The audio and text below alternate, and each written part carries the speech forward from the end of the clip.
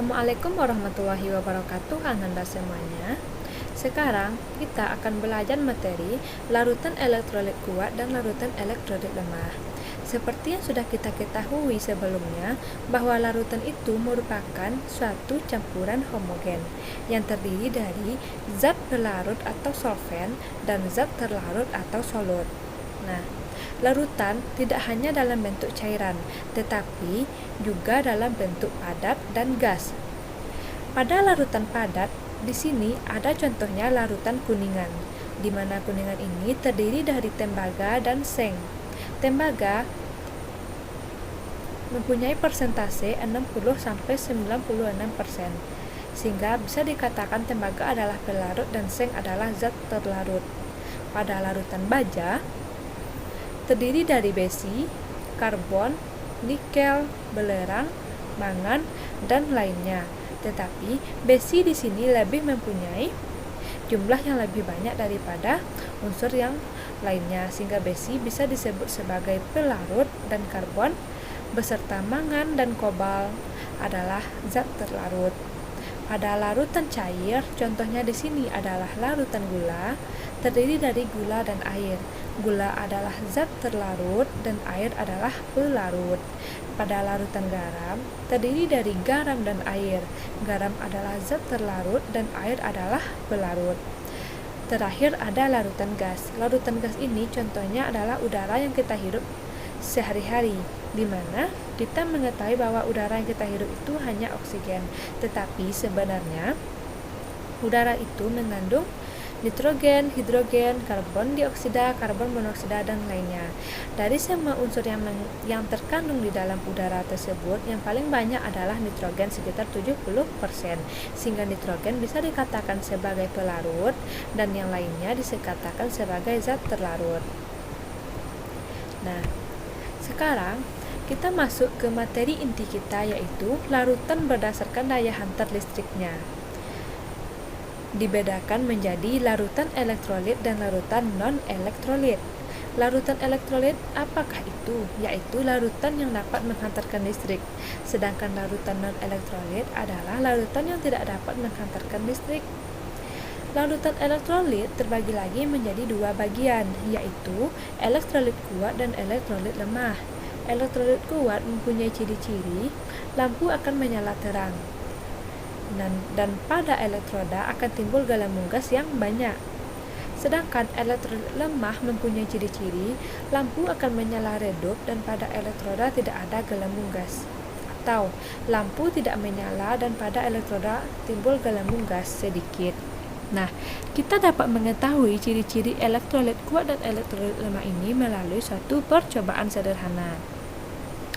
Nah, sekarang adalah larutan non-elektrolit, yaitu larutan yang tidak dapat menghantarkan listrik, yang ciri-cirinya ialah lampu tidak akan menyala dan pada elektroda tidak akan timbul gelembung gas sedikit pun.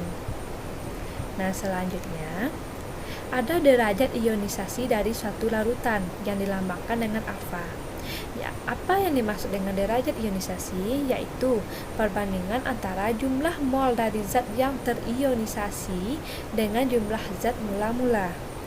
Jika derajat ionisasinya diperoleh sama dengan 1, berarti larutan tersebut adalah larutan elektrolit kuat. Artinya, seluruh zat terion menjadi kation dan anion. Contohnya adalah NaCl. Jika dilarutkan di dalam air akan menghasilkan ion Na+ dan ion Cl-.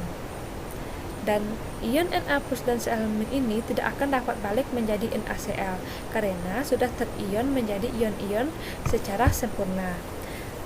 Dan jika derajat ionisasinya di antara nilai besar dari 0 dan kecil dari 1, berarti itu adalah larutan elektrolit lemah.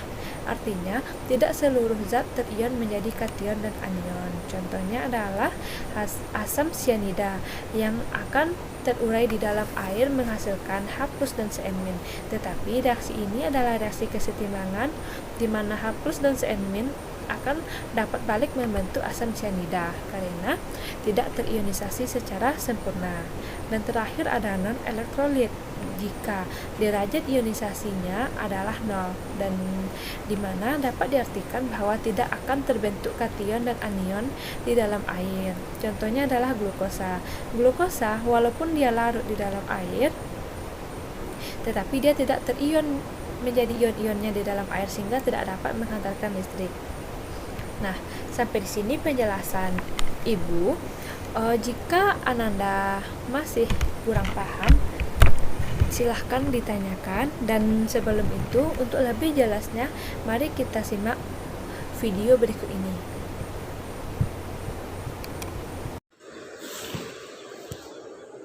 Elektrolit kuat dan elektrolit lemah. Senyawa yang larut di dalam air dapat diklasifikasikan menjadi elektrolit dan non-elektrolit. Elektrolit adalah senyawa yang terionisasi menjadi ion-ionnya di dalam air dan larutan yang dihasilkan menghantarkan listrik.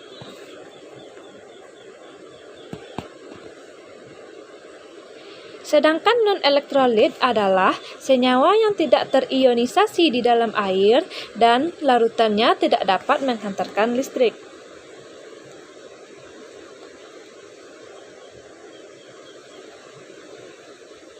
Elektrolit ini diklasifikasikan menjadi elektrolit kuat dan elektrolit lemah. Klasifikasi ini berdasarkan sejauh mana senyawa terionisasi di dalam air.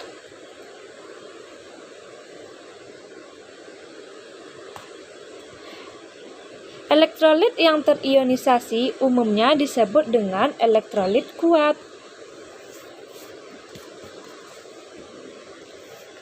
Sebagai contoh adalah asam kuat, basa kuat, dan larutan garam.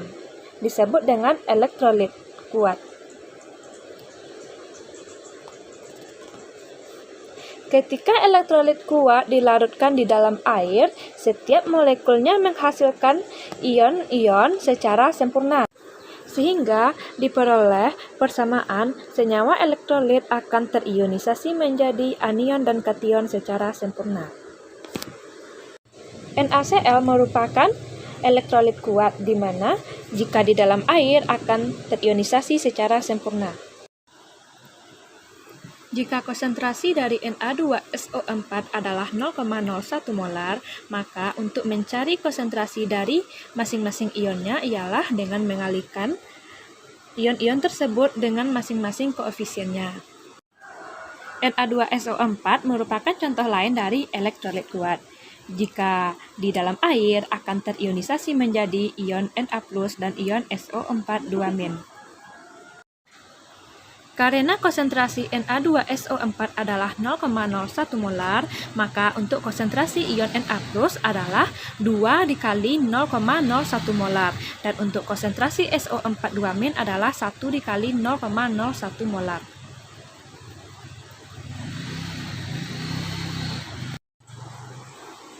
Karena diketahui Na2SO4 mempunyai konsentrasi 0,01 molar, maka konsentrasi ion Na+ adalah 0,02 molar dan konsentrasi ion SO4 2- adalah 0,01 molar. Selanjutnya adalah elektrolit lemah, di mana senyawanya hanya terionisasi sebagian di dalam air, sehingga terjadi kesetimbangan antara ion dan molekul yang tidak terionisasi. Contoh dari elektrolit lemah adalah asam lemah dan basa lemah. Sehingga pada elektrolit lemah akan terjadi kesetimbangan antara ion-ion yang terionisasi sebagian dengan senyawanya, sehingga dapat dikatakan ini adalah reaksi kesetimbangan.